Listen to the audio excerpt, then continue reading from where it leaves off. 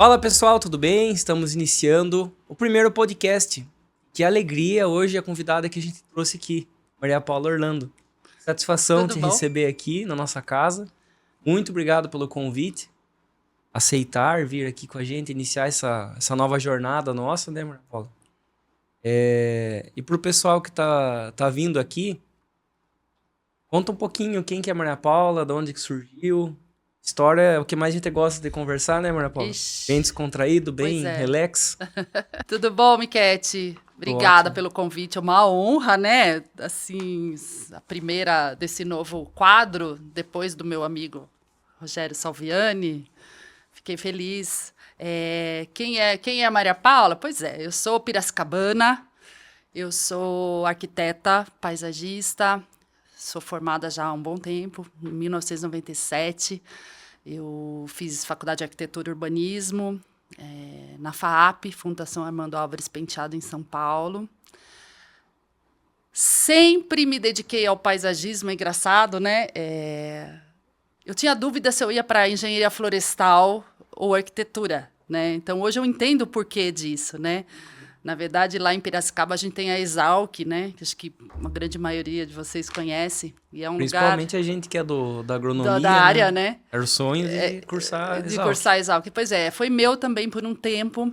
E depois, né, enfim, a arquitetura falou mais forte, né? Só que desde dos primeiros anos de faculdade eu me dediquei realmente ao paisagismo, né? Então, assim, desde o meu segundo ano, tudo que eu fiz de curso, congresso, um curso técnico, estágio, né? Foi todo focado para essa área de paisagismo. Então, hoje eu entendo bem, né, o porquê desse lado, né?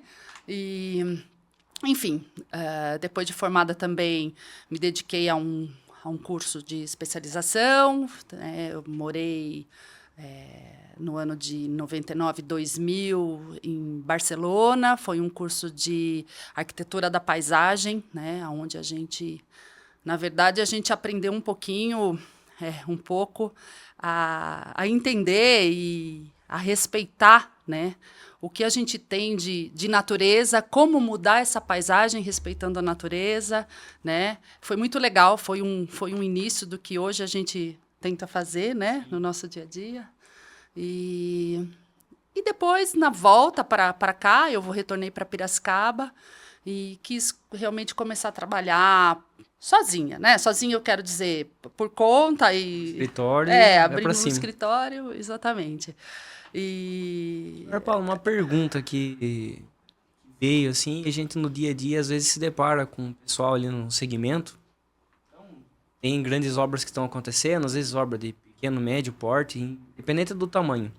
Mas aonde você vê os fornecedores juntos, o arquiteto, às vezes o arquiteto não é paisagista, às vezes o paisagista não é arquiteto, o engenheiro da obra, todos os fornecedores ali, tanto de plantas quanto de grama, que somos nós. E sempre fica aquela dúvida conversando nos bastidores quando se tem dois profissionais distintos, um arquiteto e um paisagista. Quase na maioria dos casos, eles são um único indivíduo, mas às vezes acontece de ser indivíduos separados. Então, a pergunta que às vezes a gente escuta ali nos bastidores, acho que vale a pena a gente trazer essa luz, essa clareza aqui. Qual que é a diferença da abordagem do arquiteto e da abordagem do paisagista? O que difere um profissional do outro?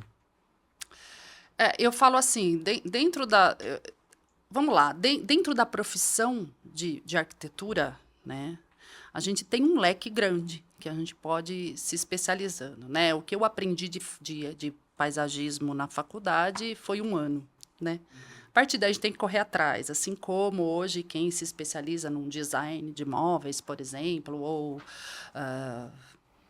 obras de grande porte, enfim, né? Assim como agronomia, né? Eu estava Sim. comentando com você antes que eu tive uma sócia agrônoma e eu me lembro que ela falava que os nossos discursos eles eram distintos em alguns momentos, né?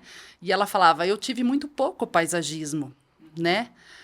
Mas ela tem o discurso da botânica, né? Esse discurso da adubação, muito mais forte que o meu. Sim. E eu tenho, como arquiteta, né, esse discurso do projeto, do estilo, né, dos volumes. É algo que a gente trabalha com espaços, né? Então, eu acho que essa diferença quando você fala do arquiteto e do paisagista vai muito. Às vezes a gente trabalha numa obra que você tem o arquiteto que fez o projeto, por exemplo, da casa, do empreendimento, e eu falo assim que a gente, como arquiteto paisagista, a gente trabalha da soleira para fora. Sim. Então, da soleira para fora, nós podemos projetar. Então, eu posso estar fazendo um projeto externo de uma área gourmet, por exemplo, né? De uma piscina, de jardineiras, pergolados. Então, muitas vezes a gente precisa de uma responsabilidade técnica externa. Então, nós, como arquitetos, a gente pode estar assinando uma responsabilidade técnica por ser projeto, né? Então, muitas vezes, o paisagista não veio da arquitetura, daí ele veio da agronomia, da biologia, daí tem toda uma história de profissão, né? Que a nossa profissão de paisagista, ela não é uma profissão regulamentada, né? Então, eu falo que a gente é uma profissão que a gente precisa... Nós temos os parceiros, né? Eu vejo... Olha, voltando na época que eu fiz aquele curso na Espanha, eram pessoas de todas as áreas que estavam lá junto comigo, né?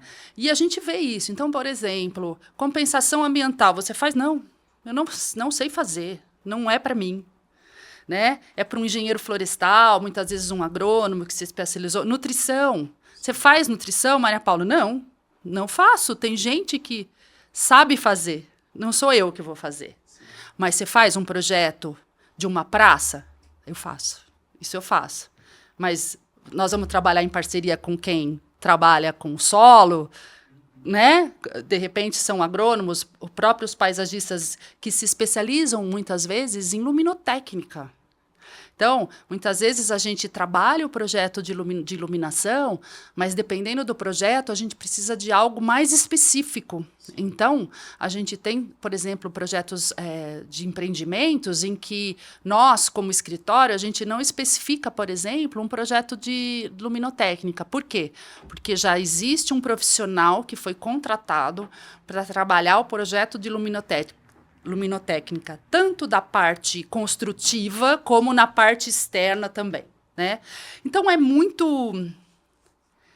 são várias opções. Muito olhar, né? E a gente percebe também que quando participa das obras, realmente é o específico. Então, a gente percebe que existem paisagistas que atuam muito mais na parte de projetos, isso. Outros em execução, isso. Outros ali até numa parte mais de manutenção, ou fica no meu termo, puxa um pouco de cada um. E também no desenvolvimento do olhar. Existem paisagistas que têm essa ótica mais arquitetônica mesmo, do preenchimento do espaço, que você comentou. E outros já têm aquele olhar mais técnico, né? Voltado especificamente para a planta, né? Então, realmente, são linhas de desenvolvimento, né? Sim, sim.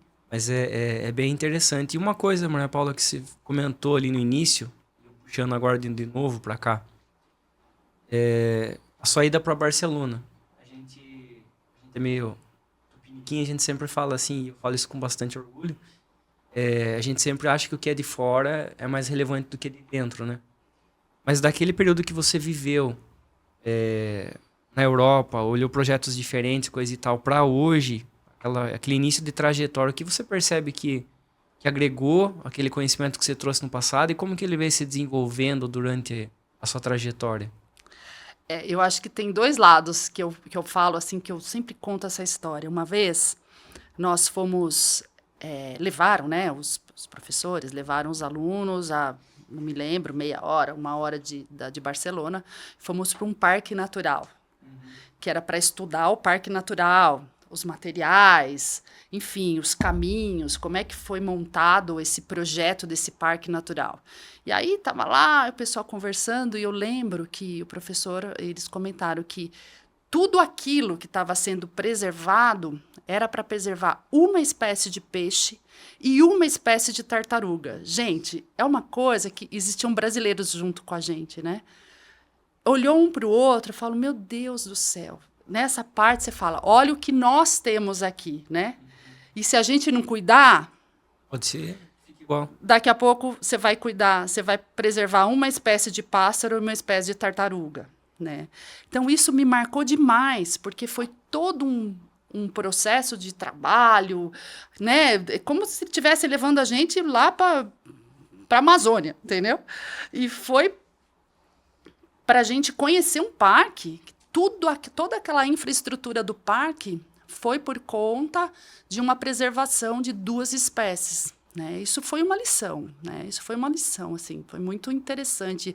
Realmente você falar, olha só o que eu tenho aqui no meu país e que a gente tem que lutar pela preservação, né? Então, isso foi muito legal. O outro lado que eu falo que é um lado que a gente tem que aprender com eles, que é essa parte de urbanismo mesmo, né? Daí esse lado do paisagismo, mas do projeto paisagístico como urbanismo, as praças, o design, os bancos que a gente usa no paisagismo, as fontes, os pisos, né? Esse trabalho, esses espaços que realmente trazem as pessoas, né? Eu falo que os espaços, eles transformam mesmo, né? Então, eu falo que é um exemplo que a gente tem que trazer para cá mesmo, né? Um espaço bem projetado, Exatamente. existe uma questão cognitiva, né? Sim. Direciona as pessoas para manterem mais a conservação, mais Exatamente. a preservação e tudo mais, né? Exatamente. Então, isso foi muito interessante. Então, por exemplo, isso acontece com muitas cidades, muitos países, né? Mas eu especificamente vou falar de lá. Então, por exemplo, Barcelona, ela foi se transformando a cada exposição, a cada evento grande, né? Então, desde o século XIX, né, que existiam eventos mundiais de arquitetura, tal, eles foram transformando bairros, né, até chegar em 1992, que foram as Olimpíadas. Então, lá se falava muito que as Olimpíadas, antes das Olimpíadas, Barcelona, ela dava as costas para o mar. E depois das Olimpíadas, Barcelona se voltou para o mar. Então, assim, hoje se você conhece ou você tem a curiosidade de pesquisar sobre a cidade, toda a orla de Barcelona ela é trabalhada, né? Então, hoje você aproveita essa orla, né?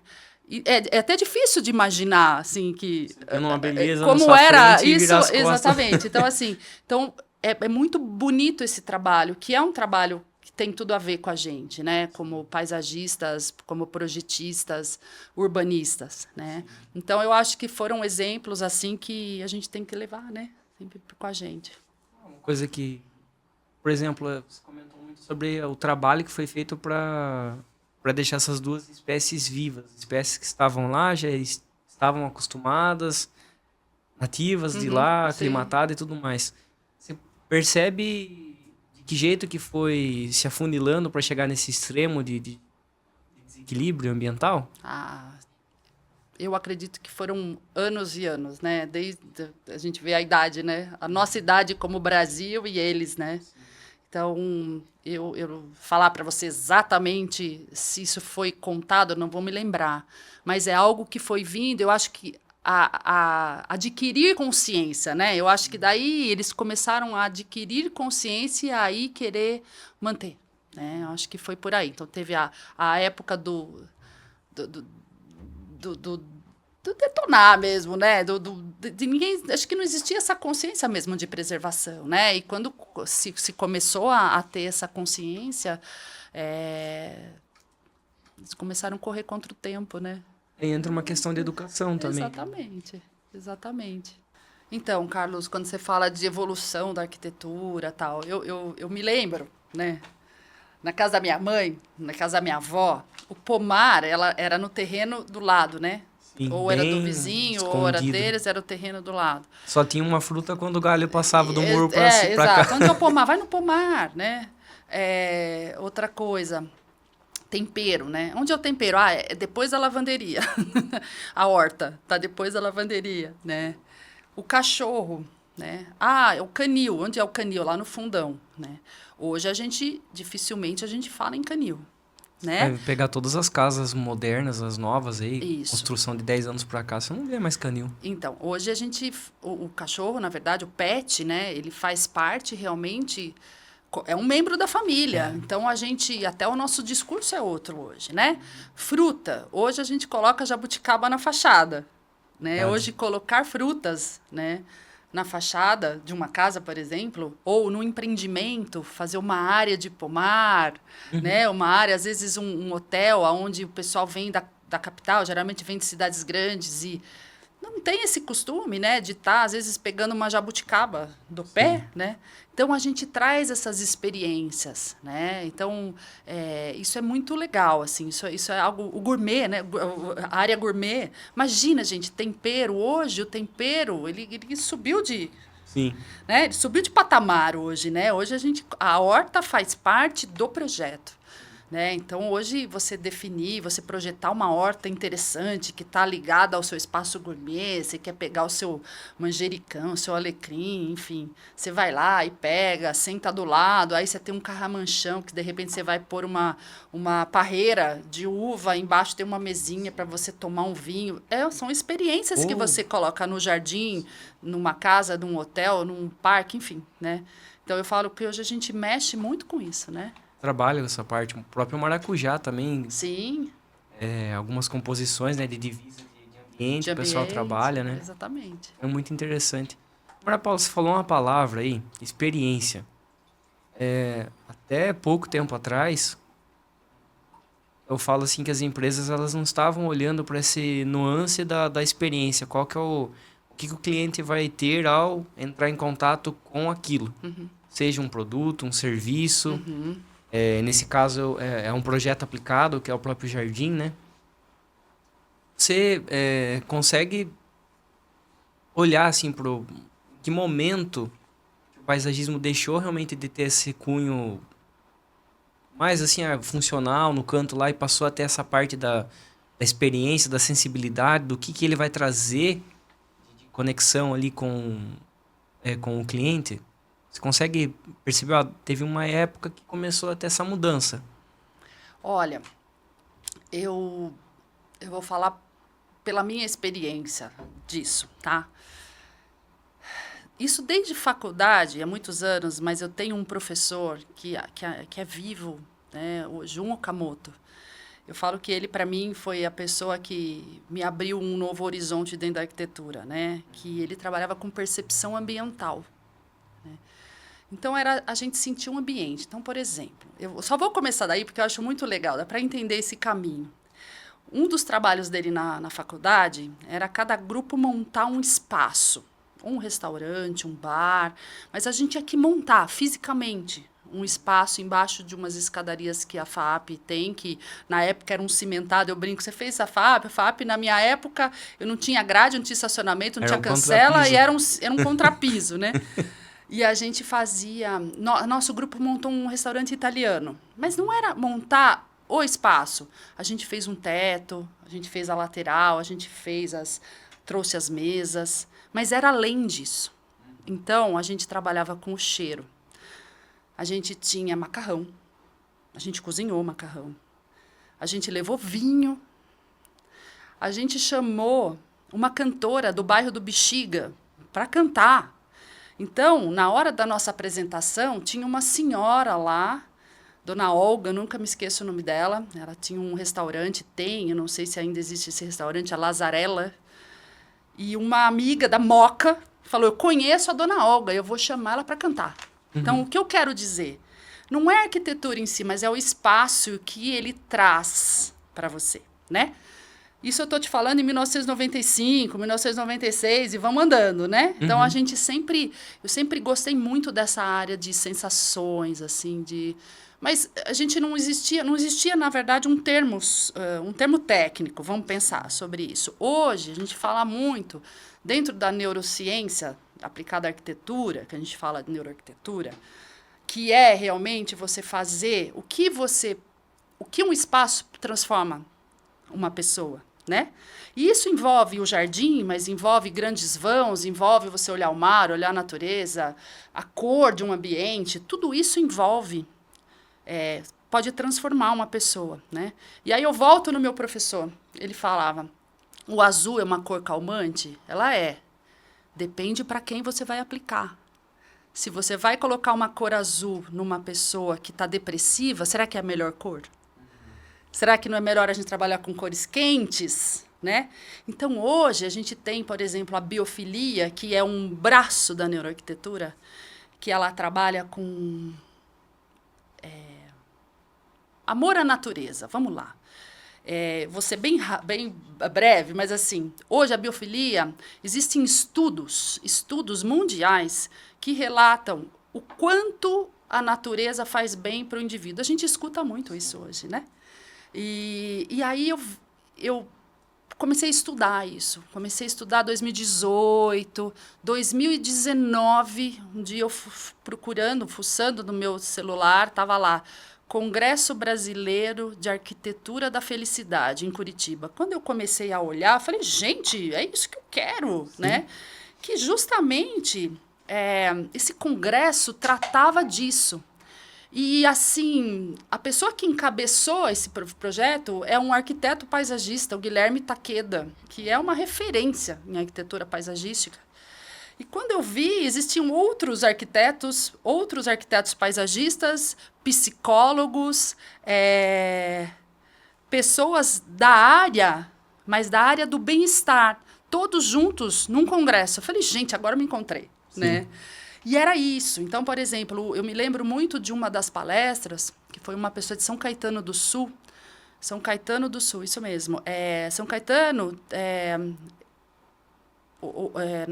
ele comentava, né? Um médico, que, se eu não me engano, trabalhava no governo lá, enfim, eu não me lembro o nome dele, mas eu me lembro muito ele falando, as internações em São Caetano diminuíram quando aumentaram o número de parques. Então, as pessoas começaram a caminhar, começaram a fazer exercício, começaram a estar mais em contato com a natureza. Tudo isso é a nossa profissão de paisagismo, né? Então, hoje você tem estudos mundiais que relatam assim quanto aumenta o seu foco quando você está num espaço que está mais interagindo com a natureza, né? Quando você tem uma cor, que é uma cor mais gostosa, mais aconchegante para você trabalhar. Sua criatividade aumenta quando você está olhando para a natureza. Eu falo natureza, não é um vaso. Mas muitas vezes não é nem o jardim que eu vou projetar, que você vai projetar, mas é você ter uma abertura. Você poder estar dentro de um hospital, por exemplo, e os enfermos que podem caminhar ou numa cadeira de roda e podem ir para uma área externa, isso existem dados que comprovam que essas pessoas, muitas vezes, elas têm uma recuperação mais rápida. E eu me lembro muito desse congresso, que foi falado, quem na época foi o Felipe Abud, filho do Benedito Abud, falando de um ou dois projetos que eles fizeram para hospitais. Quer dizer, isso está dentro da nossa profissão como paisagistas, né? Então, é uma área que me agrada demais. E quando você chega hoje para um corporativo e você tem esse discurso no sentido de falar, vamos trabalhar a natureza. Eu acho que hoje as pessoas estão valorizando mais o paisagismo, mas nesse sentido, né? O jardim faz bem, né? E entra também uma concepção muito bacana no projeto, né? De entender o local que ele vai ser aplicado, de que forma. Como que funciona isso, Maria Paula? Por exemplo, eu tenho que levar esse tipo de entrega para aquele projeto, um hospital ou um parque, seja qualquer um que seja aplicado. Mas como que é trabalhada essa concepção? Existe um questionário? Como que é feita essa triagem para entender um pouco da finalidade do projeto e também o local que ele se encontra? Como que funciona essa dinâmica? A gente precisa fazer um diagnóstico do local, né, e trabalhar um briefing. Na verdade, é um questionário mesmo.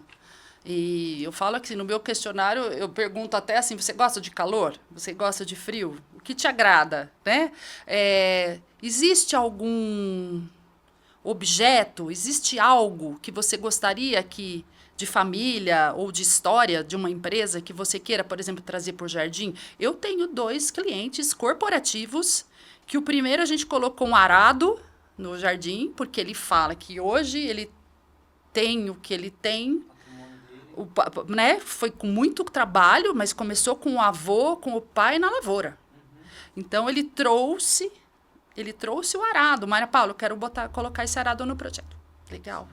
Nós estamos hoje, atualmente, num outro projeto corporativo também, que foi todo um briefing para a gente tentar entender o que eles querem daquele espaço para os funcionários, né? Que é um espaço para os funcionários, um espaço para a família. Então, é um desafio, né? Porque a gente tem que trabalhar uma área externa onde os funcionários vão, muitas vezes, de final de semana, mas muitas vezes aquilo, por exemplo, vai estar fechado e a família dos proprietários vai estar, ou uma festa para todos, uma festa mais íntima, né? Então, o briefing foi muito detalhado, né? De entender realmente o que eles pretendem da soleira para fora, né? Da soleira para fora, o que eu quero? Da soleira para dentro, uma coisa importante também, nós começamos juntos o projeto de arquitetura e paisagismo. Isso eu ia até perguntar, porque surgiu essa dúvida realmente. Por exemplo, isso é muito legal. A arquitetura da soleira para dentro ali, e a arquitetura e o paisagismo da soleira para fora. Né? A arquitetura e o paisagismo, eles se complementam muito. Por quê? Porque nós começamos junto. Nasceu junto a locação da sede na frente desse espaço, a posição, eu tenho quadra norte e sul, eu preciso colocar minha quadra aqui. Então, a gente começou a trabalhar junto. Isso, assim, não tem preço, gente. É assim, se a gente consegue... Isso é o auge, né? Você começar junto um projeto de paisagismo e de arquitetura juntos. Porque daí, junto com isso, né? Quer dizer, a obra não iniciou, mas a hora que a obra está iniciando, aí você vê essa parte técnica também, que daí você vai explicar muito melhor, mas quando a gente fala da grama, né, do tipo de solo, fazer análise de solo, quer dizer, isso é uma outra etapa. Eu estou falando da etapa de projeto, né? Então, isso é muito legal. A própria topografia do terreno, né? Sim, exatamente. O que eu quero trabalhar dentro do projeto, o que o cliente está buscando e como que essa topografia é melhor eu colocar aqui a quadra, sei lá, uma casa de receber hóspede aqui ou ali, ou vai ser junto, ar de lazer ou não, bangalô ou não. Exatamente, redes, né? Uhum. Piscina, lago artificial, né? Lago ornamental. Sim. Então, tudo isso faz parte de um briefing, né? É importantíssimo a gente conversar, escutar, mas também a gente ter esse documento. Na verdade, para você, a gente falou que a gente vai ticando, né? Isso aqui está colocado, isso aqui vamos colocar, isso não, né? Então, é muito importante. Agora, Paula, fazer uma provocação, uma pergunta agora aqui. Existe paisagismo hoje sem a biofilia ou não? Eu acho que o paisagismo em si, ele é algo que colabora muito, né, com o ser humano, né, com as pessoas. Eu acho que a gente não precisa necessariamente... Voltando na história do meu professor, ele falava assim, tem algumas coisas que você vai falar para o cliente, às vezes o cliente não quer entender se vai te dar bem-estar, se ele vai ficar mais feliz ou não, mas faça. É meio isso, né? Então, às vezes, a gente tem os clientes que eles dão essa abertura para a gente poder discutir e conversar e explicar um pouco mais sobre o que é, né, esse amor à natureza, o que a natureza faz com a gente no sentido de bem-estar, o que ela pode proporcionar. Mas a gente tem alguns clientes que, digamos assim, ou não interessa ou não é o foco no momento, mas a gente faz. Sim. Mas daí, no final, eu brinco que às vezes eu coloco, inclusive em propostas minhas, que eu falo assim, que o nosso objetivo é fazer com que a pessoa entre, por exemplo, se eu estou falando de um lado corporativo, vamos falar um hotel, um parque aquático, um showroom, uma loja, que a pessoa entre e ela saia de lá com algo diferente. Nossa, é tão gostoso ficar aqui, mesmo que inconscientemente. Sim.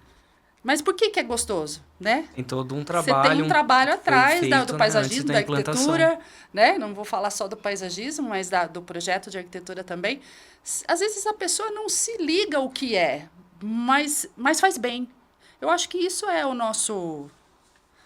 Uma vez que a gente estava conversando, você até falou de um espaço que foi transformado, que foi muito ali do feeling, né? Do tato, né? Você passou, você viu que tinha uma parede ao fundo, se não me engano, era de um hotel.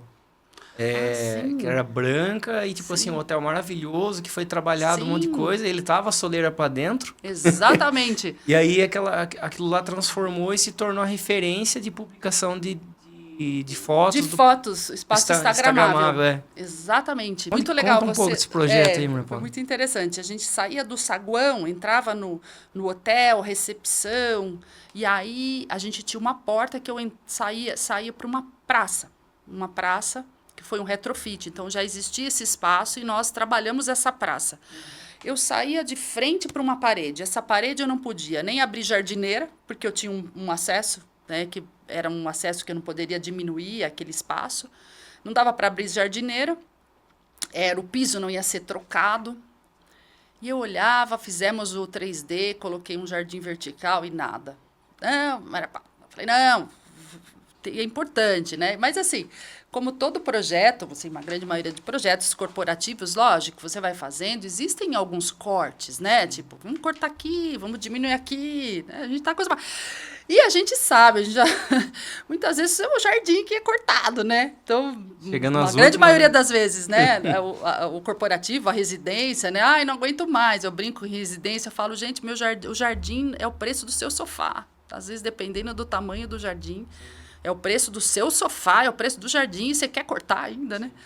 Só botar um pouco, né? Só botar, exato. Aí, esse jardim foi muito legal, mas daí entrou não só essa questão do impacto, né? Que era um jardim vertical, e o jardim vertical ele tem todas as questões ambientais, térmicas, acústicas, mas uma grande maioria de vezes a gente acaba usando o jardim para impacto mesmo, né? Às vezes uma entrada numa residência, o fundo de uma piscina, né? Uma fachada de um corporativo, e lá era isso.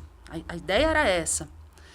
Mas não havia meios, mas desde o começo eu fui lá, conversei com o Carlos Ranada, que é o grande parceiro meu de Jardins Verticais, um grande amigo, e eu falei, Carlos, o que eu preciso? Maria Paula, vamos deixar um ponto de água, deixa tantos metros, vamos deixar uma saída, tal. Eu falei, então tá, obrigada, legal.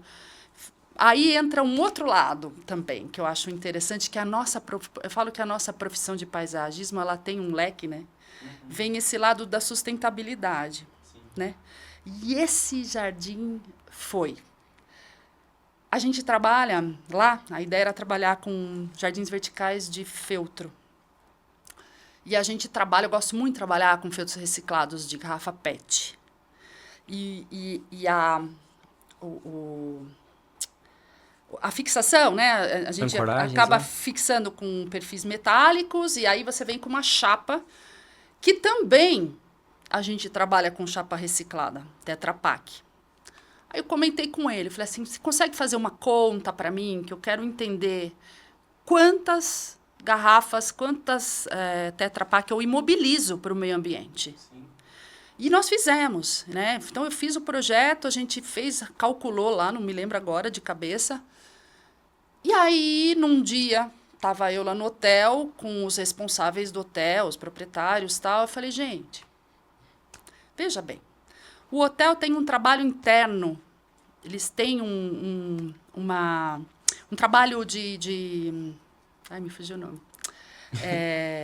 Sustentabilidade interna, né? Então, assim, eles têm algumas normas internas e que eles acabam respeitando. Então, assim, eles estão trocando copo plástico por vidro, garrafa plástica por vidro. Então, assim, todas essas iniciativas para colaborar, né? Talvez o termo seja ESG? Sim. Eles estavam buscando. Sim, estão buscando o ESG, mas existe né? Exatamente, na parte da sustentabilidade. Então, existe essa aplicação do ESG, mas existe um nome interno, técnico, que eu não vou lembrar agora, mas, enfim, o que eu falei? Falei, olha, vocês estão focando no desenvolvimento sustentável. Vamos colocar um jardim vertical aqui, onde a gente trabalhe com esses materiais, vocês vão imobilizar tantas mil garrafas PET, a gente coloca uma placa falando que o hotel colabora com o meio ambiente e tal. Beleza, passou uma semana, o gerente me ligou. Ô, Maria Paula, o que você falou, né? O que você falou para eles? Eu falei, isso. Ele falou, nossa, eles acharam muito legais e vão fazer. Então, eu falo que, nesse caso, não foi o impacto positivo da beleza do jardim, mas a sustentabilidade colaborou para esse fechamento do trabalho, né? Foi muito legal, assim, porque daí você junta tudo. Por isso que eu falo, é uma profissão que você junta a parte técnica, a parte de meio ambiente, a parte do bem-estar, né? Essa parte mais de sensação, né? Tudo isso a gente está fazendo. Gostaria de falar sobre o jardim vertical da Praça das Conexões. Na verdade, a hora que você está no hotel e você vem para a praça, a primeira visão que você tem é essa parede onde hoje nós temos o jardim vertical. Eu falo que esse jardim vertical, ele dá boas-vindas a quem chega no hotel. E o mais interessante é que nós trabalhamos com elementos de sustentabilidade nele. Nós trabalhamos os feltros, são feltros reciclados, que estão fixados numa chapa de Tetra Pak. Estamos imobilizando caixas de leite e garrafas PET nesse projeto. É um projeto que realmente hoje eu falo que é um espaço instagramável da Praça das Conexões. A gente vê muita gente vindo aqui tirando a selfie, ou os grupos vindo e tirando as fotos. A gente vê que realmente um jardim vertical, ele chama, ele convida você a estar pertinho. Maria Paula, tem algum lugar que a gente consiga pegar essas fotos? Qual que é o nome do projeto? Na verdade, pelo meu site, dá para dar uma olhada, que é o Resort Siam. Ah, Resort Siam. Isso, que é ao lado na frente do Hopi Hari. Como que é? Um detalhe, né? Que fez total diferença, agregou valor ali para a empresa. Muito. E virou um espaço instagramável, que eu falo que é um ponto que a gente usa muito hoje, né? O termo espaço instagramável é um termo que a gente coloca muito no briefing, ou escuta muito de um cliente comercial, corporativo. Eu preciso de espaços instagramáveis. Então, é muito engraçado. Às vezes, você vai nos lugares, eu falo, pera um pouquinho, você pega o celular, e aí você olha, eu falei, deixa eu ver o que está aparecendo lá atrás. Para a gente poder trabalhar também, isso. Eu acho que é a questão do conceito, né? Uma forma também de você educar o mercado, trazer essa consciência, né? Sim. Sobre sustentabilidade. Sim, muito. Quando a gente viaja, né? Particular mesmo. A gente, por exemplo, vai no projeto Tamar, a gente vê muito esse impacto. Né? Sim. Maria Paula, falando muito assim, a gente fala de projetos terrenos, né? Em plano. Seja um jardim, um gramado aqui, as frutíferas, coisa e tal. E você está falando agora sobre essa questão do jardim vertical que foi feito e tudo mais. Como que é a parte da concepção do projeto, alguns macetes, dia a dia, como que funciona essa questão do jardim vertical? Bom, primeiro eu acho assim, jardim vertical, a gente não é em todo lugar que a gente coloca, né? Já começa por aí, que às vezes o pessoal fala, mas Maria Paula, eu gosto muito, né, de jardim vertical, nós demos aula de jardins verticais no Centro Paisagístico, Gustavo Winters em Olambra, adoro, né? Uhum. Mas às vezes as pessoas acabam associando, né? Então vai pôr Uma jardim parede, vertical em colocar... tudo. Não. Eu acho que depende muito do local, tem que ser analisado mesmo, né? Locais que, primeiro, infraestrutura, né? Então, assim, não esquecer ponto de ralo, dreno, né? Para onde essa água vai? Ela vai retornar? Então, assim, a gente tem que pensar nessa água que retorna ou nessa água que muitas vezes, o que acontece? Em alguns trabalhos, a gente anda... Como se usa muita fruta, né? Vira e mexe, a gente tem uma jabuticaba na fachada, né? Num terreno, no quintal mesmo. Lá no seu escritório tem uma frutinha que eu esqueci o nome. Que você apresentou lá na parte do... Bromichama? Que fruta gostosa, né? Delícia, prima da pitanga. A Eugênia. Não sei nem porque eu puxei o assunto aqui, mas eu lembrei dessa fruta. Pois que você falou, lá no da meu escritório. Fachada e da fruta. Exatamente. É muito legal. Então, por exemplo, você tem uma fruta, né? As frutas, a jabuticaba, por exemplo, ela gosta de água, né? Então, quando a gente vai pensar em irrigação, o setor a gente coloca para as frutas, né? Não é? Então, o que a gente faz, né? Eu tenho uma casa que a gente terminou há pouco tempo. Eu tenho um jardim vertical dentro da casa. E aí, a água, na verdade, o excedente do jardim vertical, que ele irriga, e digamos assim, o excedente é pouco, né? Ele vai umedecendo esses bolsos E aí você tem o excedente dessa água. Ela não retorna e ela também não escoa para o meio ambiente. Mas ela vai para a raiz da jabuticaba. Então é muito legal. Todo dia a minha jabuticaba, além de ter a irrigação, mas ela recebe o excedente da água do jardim vertical. É bem bacana, assim. A gente... Como se fosse uma estivesse ajudando a outra, Exatamente, né? Exatamente. Mas tem uma coisa importante, assim. Eu preciso de um ponto de iluminação elétrica, né? Existem controladores a bateria? Sim, existem controladores a bateria. Mas se a gente estiver numa obra e eu puder já puxar um ponto de elétrica para que esse controlador funcione, que eu não precise pensar em trocar essa bateria, eu acho muito melhor, né? A gente já teve problemas assim, às vezes depois de 6 meses, morreu tudo. A pessoa esqueceu de ver que a bateria a cada 6, 7, depende da durabilidade dela, mas pelo menos uma vez no ano, né? A cada 2 vezes no ano precisa trocar essa bateria, né? Então você evita isso, né? E eu preciso de um ponto de energia, essa água precisa de alguma maneira ou retornar ou escoar, né? Então eu preciso de um dreno, né? E também deixar um ponto para iluminação do jardim vertical. Ou ela tá de baixo para cima, tá no piso, ou de cima para baixo através dos braços, né? Então são pontos de infraestrutura que é muito importante, são muito importantes a gente pensar, tá? E então às vezes a gente chega, já aconteceu comigo, eu quero fazer um projeto de um jardim e tal, e aqui eu queria pôr um jardim vertical. Aí você olha, é um fundo de piscina, muro.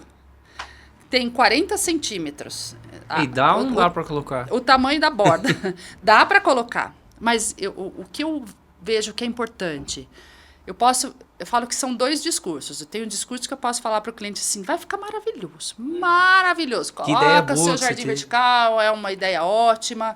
Tal, eu tenho um ralinho aqui, eu posso puxar água para cá, eu tenho um ponto de iluminação, eu posso puxar elétrica, dá para pôr o controlador, super legal. Eu só não falo para ele que para fazer manutenção ele vai ter que colocar um andaime ou uma escada dentro da piscina ou uma tábua, né? Dependendo da largura da piscina, você colocar um apoio, né? Para a pessoa andar. Tem problema? Problema nenhum. Só que eu acho que nós temos o dever de avisar. Né? Então, assim, o dever. Ninguém está aqui. Também trabalhar muito a questão das plantas, né? Eu lembro que em casa eu estava com plano de colocar um jardim vertical exatamente do jeito que você falou. Não tinha pensado, falei, acho que fica bom o jardim vertical ali. E fui conversar com algumas pessoas. A primeira coisa que me falaram, eu já falei, não quero saber. Mais trabalho para mim, no caso, né? Na época eles falaram assim, mas você vai colocar o jardim vertical, você tem que ficar muito atento com qual planta que você vai colocar, porque naturalmente ela vai derrubar folhas na piscina. Na piscina, exatamente. Porque às vezes a pessoa não se atenta a isso, exatamente. Né? Exatamente. Então, assim, folha na piscina, realmente a maneira de manutenção. Às vezes a pessoa não tem muito espaço para correr na borda, então precisa ir para dentro da piscina, né? Sim. Ou na tábua, né? Então, na tábua, né? Nessas vigas, né? Que você tem que ter um apoio. Então, assim, pensar muito nessas questões, porque, assim, um jardim vertical bem estruturado, bem feito, muitas vezes, a gente tem que pensar numa manutenção, pelo menos, falo que não tem uma regra, né? É isso, mas a gente fala pelo menos 3 vezes no ano, né? Pelo menos, ou nas 4 estações, né? Mas vai muito também do tipo de vegetação que você vai colocar. Às vezes é um jardim mais de meia sombra, então você consegue trabalhar mais com folhagens, né? Sim. Então, acaba que você... Ele muda o ambiente, literalmente, assim exatamente. Como um projeto do hotel, né? Exatamente. Né? Então, tem isso. Eu acho que tem todas essas questões. Às vezes, a pessoa quer fazer um jardim vertical, mas ela quer ficar sempre trocando as plantas. Por quê? Olha, aqui é uma loja e eu gosto de colocar no outubro rosa. Vou dar um exemplo aqui, né? Plantas mais rosadas. Ou no Natal eu quero colocar bico de papagaio. Eu sempre dou esse exemplo do bico de papagaio. Então vamos ver qual técnica é melhor. O feltro, será que é melhor? Nesse caso, não. O feltro, ele enraiza, né? Ele vai todo enraizando. É um jardim que ele se mantém muito, né? Eu sou muito adepta do feltro, né? Mas assim, se a pessoa quer ficar trocando... Agora, Paula, a gente sai, por exemplo, desse universo que a gente está falando aqui de jardim vertical, de um hotel... uma coisa que tem um foco e vai para um outro projeto que eu gosto muito de conversar com você no dia a dia, quando a gente tá juntos, que é o projeto do Parque Aquático lá de São Pedro. Como que tá essa pivotada? Você sai de um projeto, vamos falar assim, mais voltado ali para hospedagem, que também tem Lá em no São Termas, né? Mas você já tem uma outra concepção, você tem toda uma outra problemática lá com cloro de piscina, outra usabilidade do jardim pelos usuários, tráfego intenso de gente, não precisa nem falar, né? Doente de pessoas lá. Conta um pouquinho como que foi ir para esse projeto, como que é trabalhar um projeto de parque aquático, né? Uhum. É, Bom, foi sem querer. Como foi sem querer. Tava ali, o pessoal me chamou. Não, na verdade, eu comecei lá através de um trabalho paralelo ao parque, né? É uma área de praças, numa área de chalés, que o Termas tem uma área de chalés, de fazendinha, né? Sim, lá no fundo. Isso, exato. Então, foi através disso há quase 10 anos atrás, né? Faz tempo já. E aí, a partir daí, né? Maria Paula, você não quer vir trabalhar com os jardineiros, fazer uma assessoria semanal. E foi uma coisa muito legal quando eu comecei, porque assim, como o nosso escritório é de projeto, né? Eu adoro obra, né? Eu percebo, adoro uma obra. Então, eu adoro acompanhar, ver como é que tá acontecendo. E para mim, eu saí de Piracicaba uma vez na semana e ficar meio período junto com jardineiros lá, ó, de 20 anos, 30 anos, sabe? Isso que eu falo, a gente tava comentando hoje, é uma delícia conversar com esse pessoal, né? Mas também é um desafio.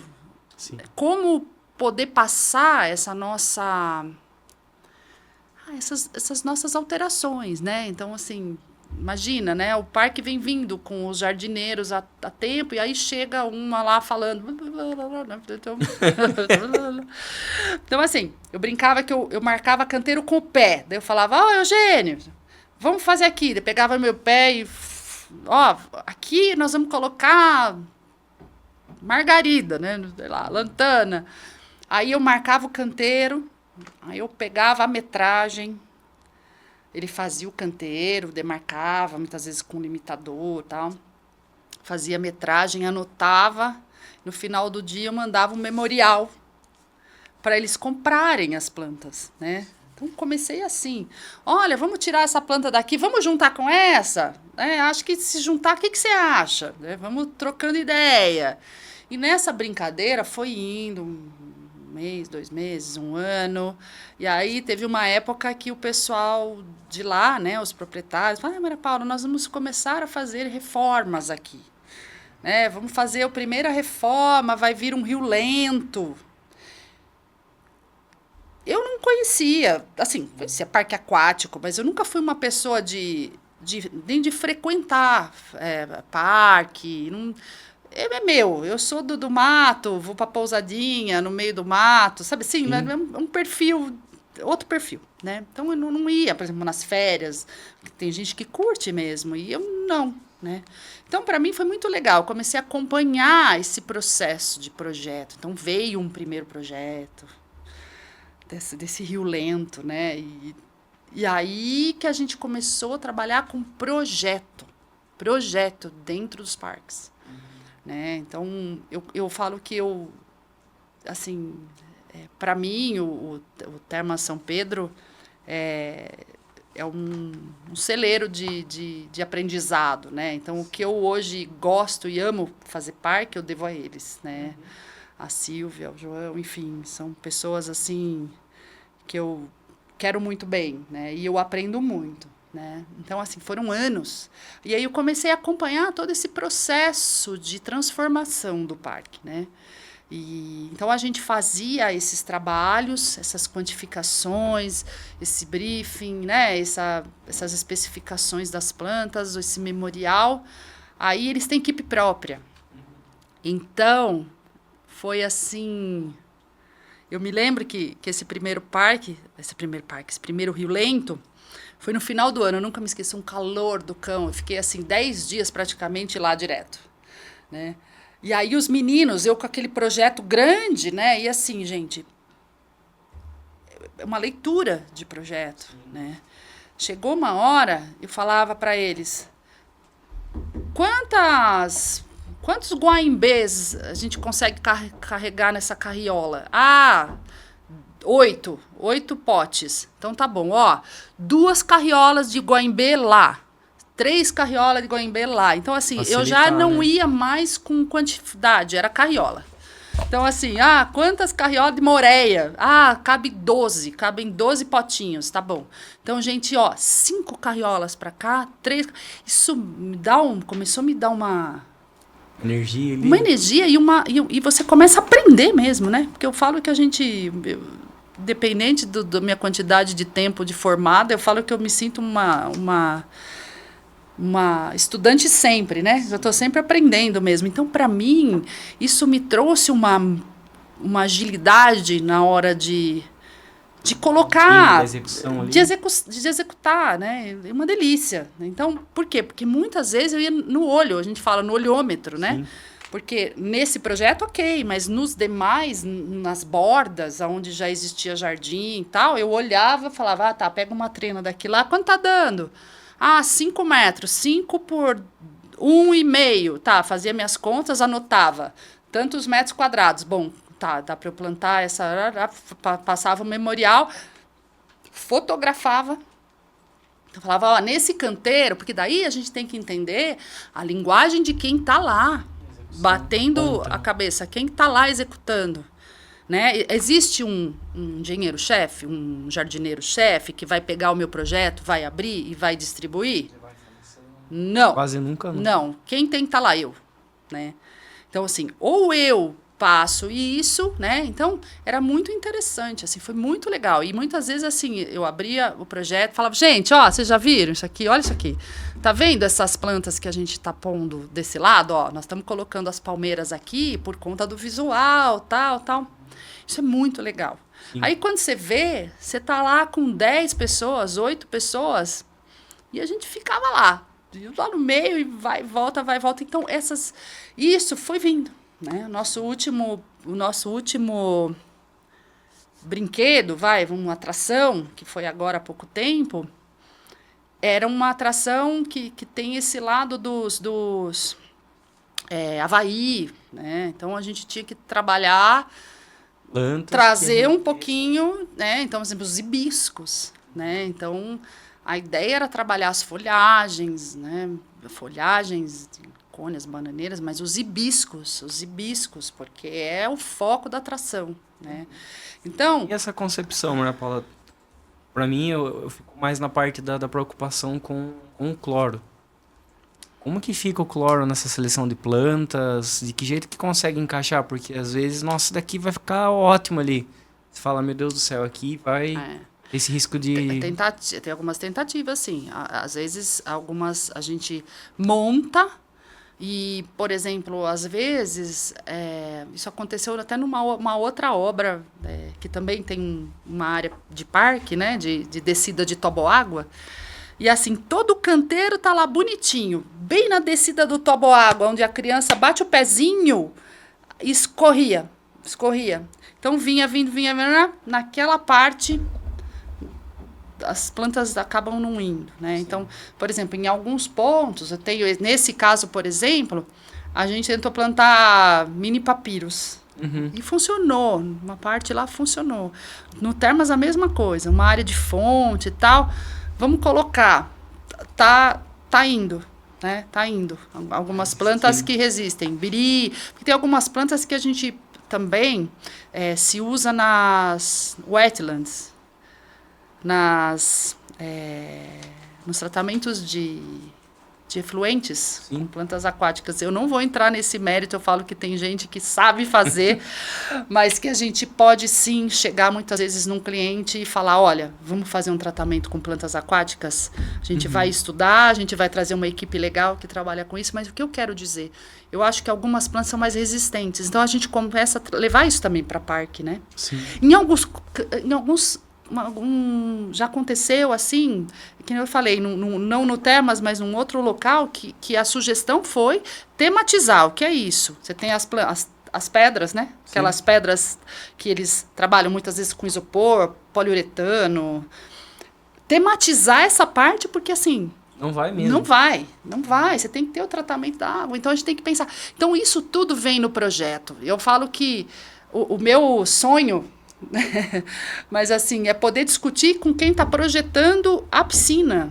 Sim. Sabe assim, sentar junto. A gente já vem conversando, mas assim, tipo assim, vamos prestar atenção na hora de enviar para a gente o projeto da piscina, aonde estão as descidas dos toboáguas e aonde você tem, por exemplo, balde que cai. Você tem aqueles baldões que vem água, o balde cai, então, assim, tá espirrando água? Aonde vai espirrar? De repente, vale a pena não colocar planta e trabalhar com pedras, uma tematização diferente.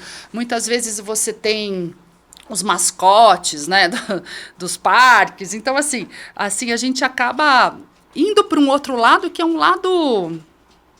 É novo. É um lado novo. Você começa a enxergar um outro lado, né? É muito legal.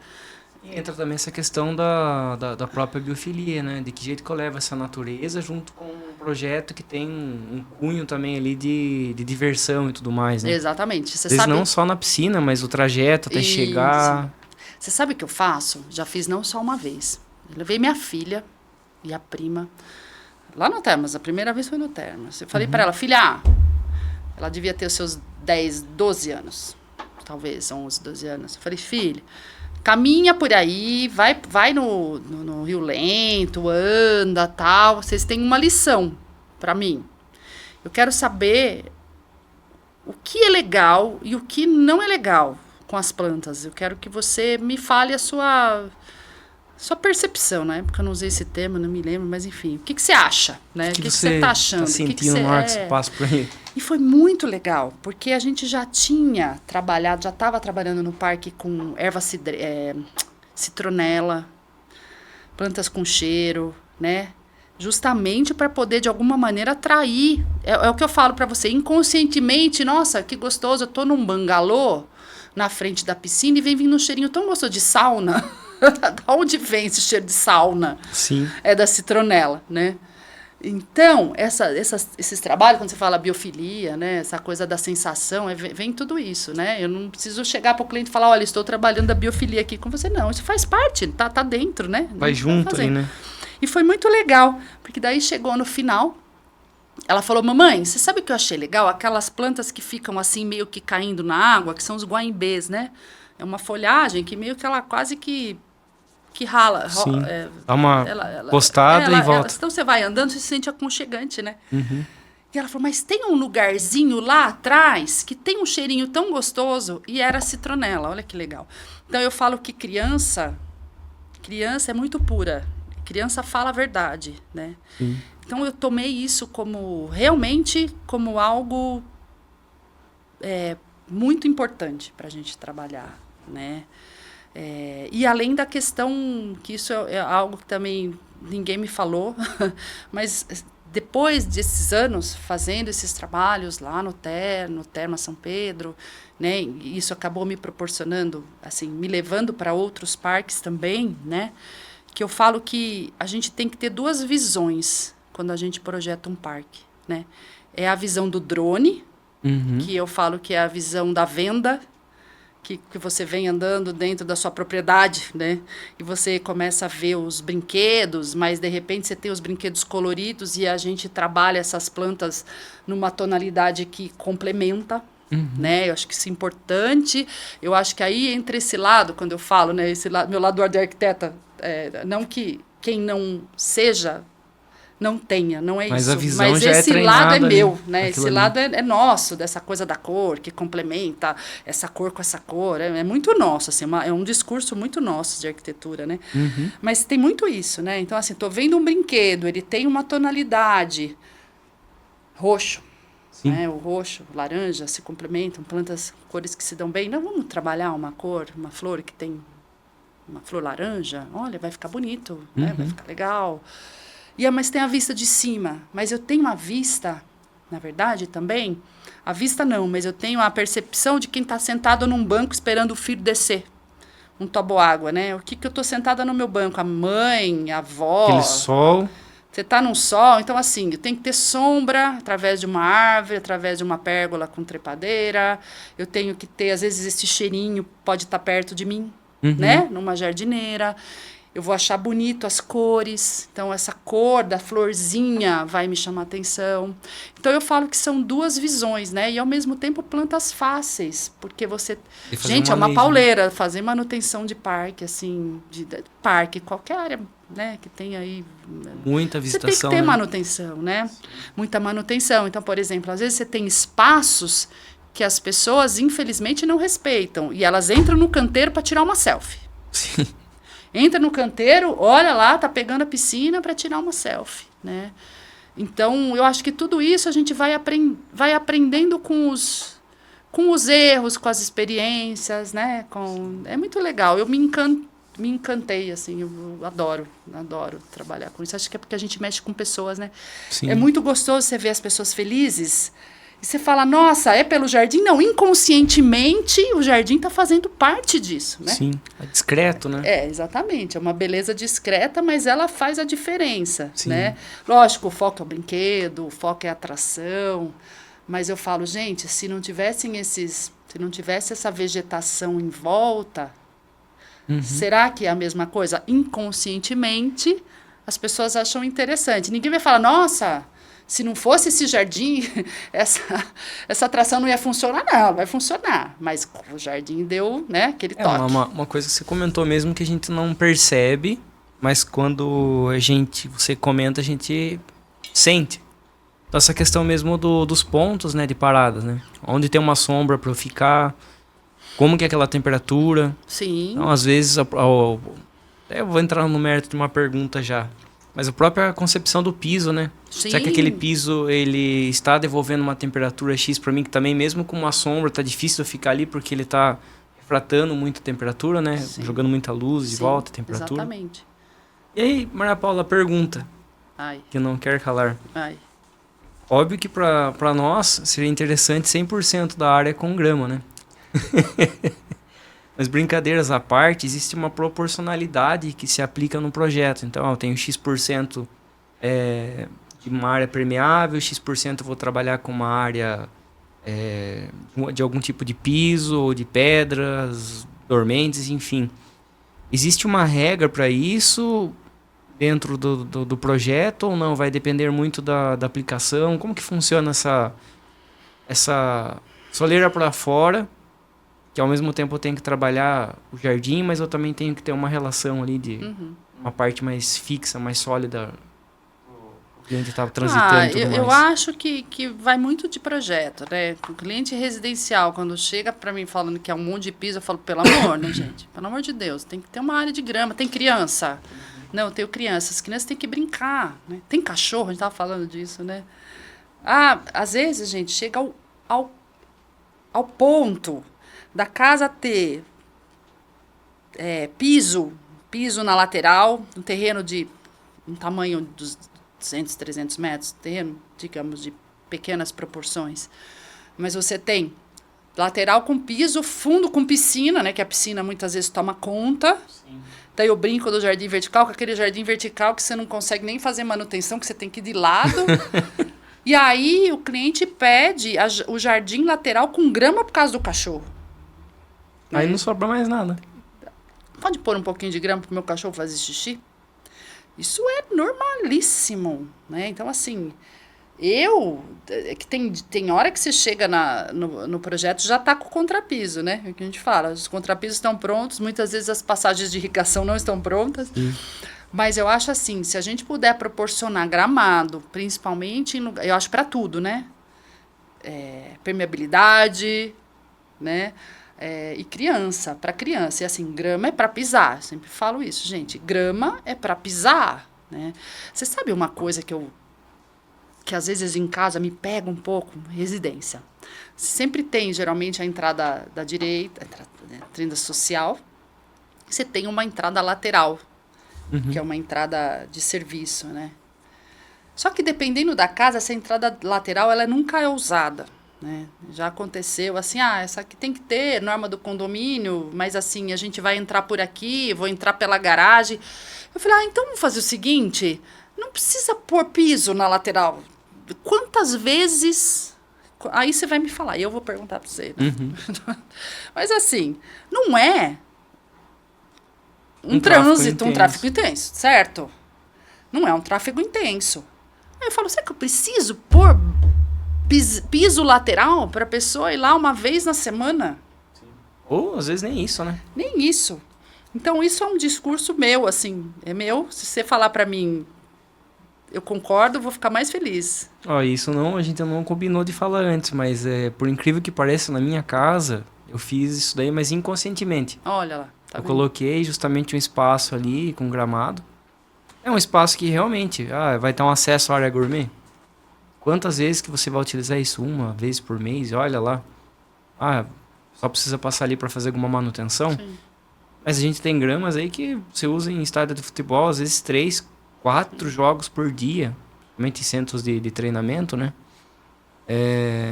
E é óbvio que isso não vai ter esse nível de tráfego ali. Então, existem diversas espécies de grama que você pode trabalhar ali. E aí entra só a questão de eu saber a quantidade de luz que eu vou ter, né? Exatamente. Normalmente, depende do padrão da casa, mas o recuo ali, o pessoal vai querer utilizar mais o terreno com a parte da casa, vai sobrar, sei lá, 2 metros, 3 metros de recuo. Então é só basicamente eu ver como que é a questão da luz e eu posicionar uma grama que tem uma tolerância um pouco maior. Exatamente. Então eu falo assim, às vezes você tem que ter, lógico, uma calçada lateral, às vezes ela tá anexa à casa, num dia de chuva, por exemplo, né? Você não vai ter barro no teu pé, você não vai ter. Mas às vezes você quer uma área que você não precisa pisar na grama realmente. Mas eu digo para você, aqueles pisantes no meio mesmo da grama, sabe? Só para você acessar um corredor lateral. Fala, será que precisa? Né? Então eu falo, vamos trabalhar, a gente acaba a grama fazendo parte do jardim daí, né? Eu acho que isso que eu acho legal, assim. Quando você fala de criança, isso também eu acho interessante, né? Porque criança corre, criança, né? Enfim, tá E é pra lá e pra real, cá. o meu filho ele fica nesse espaço. Ele não vai querer sentar, por exemplo, em cima de um piso, um porcelanato, seja lá o que for. Exato. Com temperatura durante o dia ali de 50 graus que aquilo fica. Até mais, dependendo do que absorve, né? Não, e Ou assim, ele vai em cima da grama, tá fresquinho, daí dá pra ele brincar ali em cima, o cachorro fica ali também. A gente vai sentar na onda. Sim, né? eu tô contando da minha filha de novo, mas é verdade. Às vezes eu tô trabalhando, você conhece o escritório, eu tô lá de frente pro meu jardim, né? Então eu vou lá, vejo o jardinzinho vertical e tem um circuitinho, né, em volta, né? Tem a rampa, daí tem é um circuito. Em volta tem piso, vamos lá. Às vezes eu vejo ela andando. Tudo bem, Maria?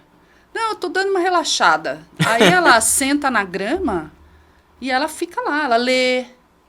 Você vê como é interessante, né? Então é uma coisa que eu sempre preguei, assim, passei isso, né? E hoje, há 3 anos atrás, 2 anos e meio, 3, que a gente tá com esse espaço, que eu falo assim, nossa, tô sentindo na pele, né? Sim. Mas é aquela sensação de tirar o sapato, eu mesma, às vezes estou trabalhando, eu tô descalça, né? Não tô com reunião, tô à tarde lá, eu tô descalça, vou na grama, piso, isso é muito gostoso, né? E é uma sensação muito legal para a criança, isso é muito legal. Mas criança tem a questão do barro, né? Mas você leva barro. Você tem que pensar como você vai fazer. Aí entra uma questão até que a gente conversou lá no aulão, né? Da grama. Sim. Eu posso trabalhar a composição do meu solo base ali à base de areia. Sim. Então não vou ter esse tipo de problema. Exatamente. É só um posicionamento técnico. Exatamente. Né? E, por exemplo, às vezes uma descida de escorregador, por exemplo, que você faz aquela batidinha.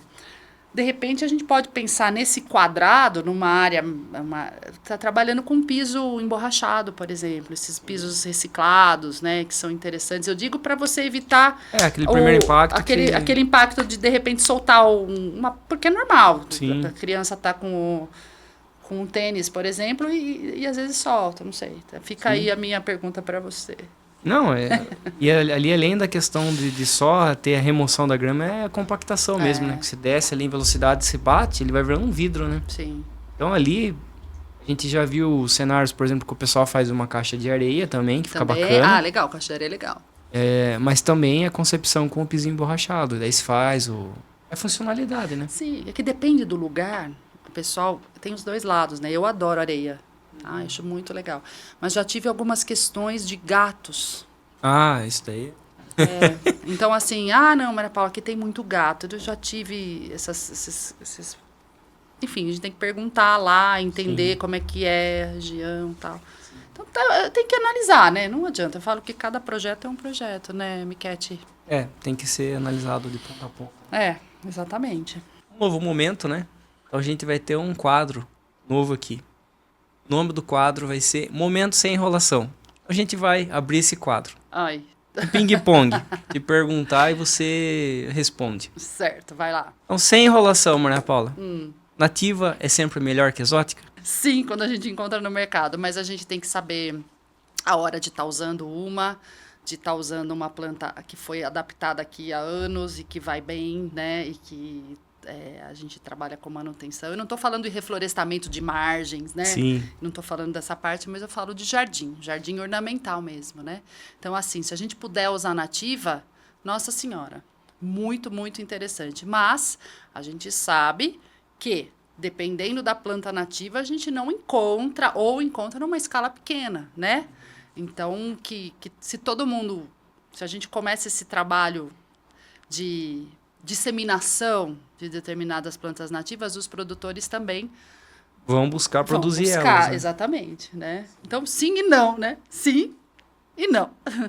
Vai. Em homenagem ao Carlos, sim, plantas nativas, o sabor nativa. Maria Paula, outra pergunta que o pessoal faz aqui, e sem enrolação. Jardim vertical é manutenção zero? Não. Tem que manter um jardim vertical, tem que manter o jardim, tem que manter a grama, tem que nutrir. A grama tem que nutrir o jardim, tem que cuidar da piscina, cuidar do cachorro, do gato, e é isso. Outra pergunta que o pessoal fez aqui. Sem enrolação, gramado só dá problema? Não. Se for bem feito, não. Bem executado.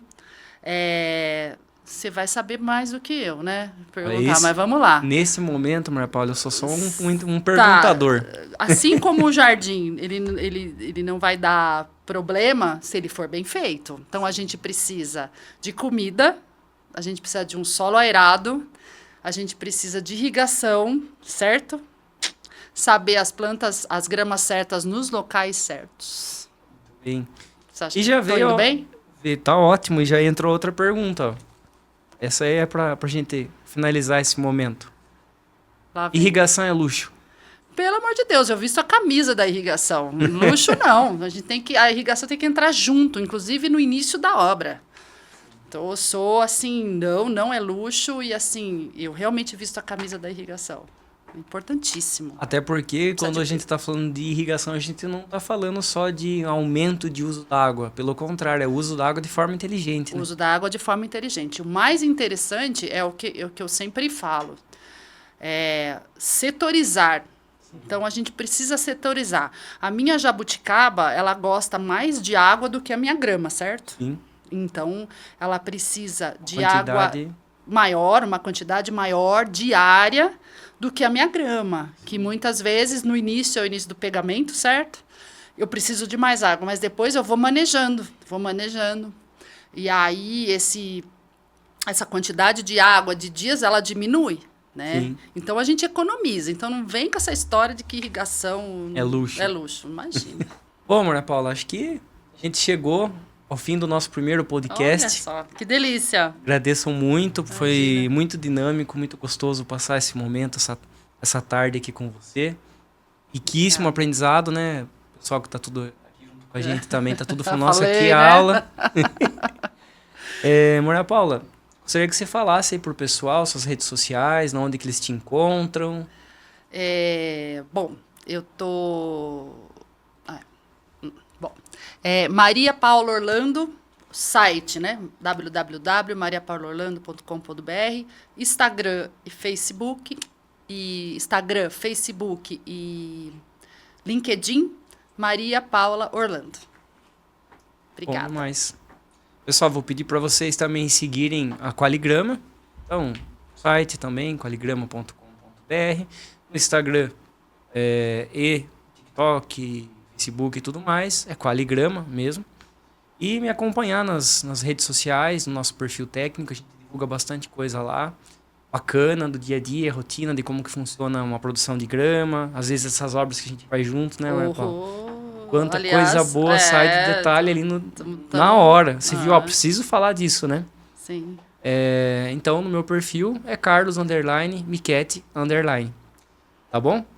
Então é isso. Obrigado. Obrigada, eu que agradeço. Pessoal, Foi acessem o muito bom. conteúdo e qualquer dúvida pode entrar em contato com a nossa equipe, através dos nossos perfis ou através também das redes sociais da Maria Paula. E que vocês possam ter aproveitado esse momento também. Forte abraço. Até a próxima. Obrigada. Obrigada, Miquete. Obrigado, eu.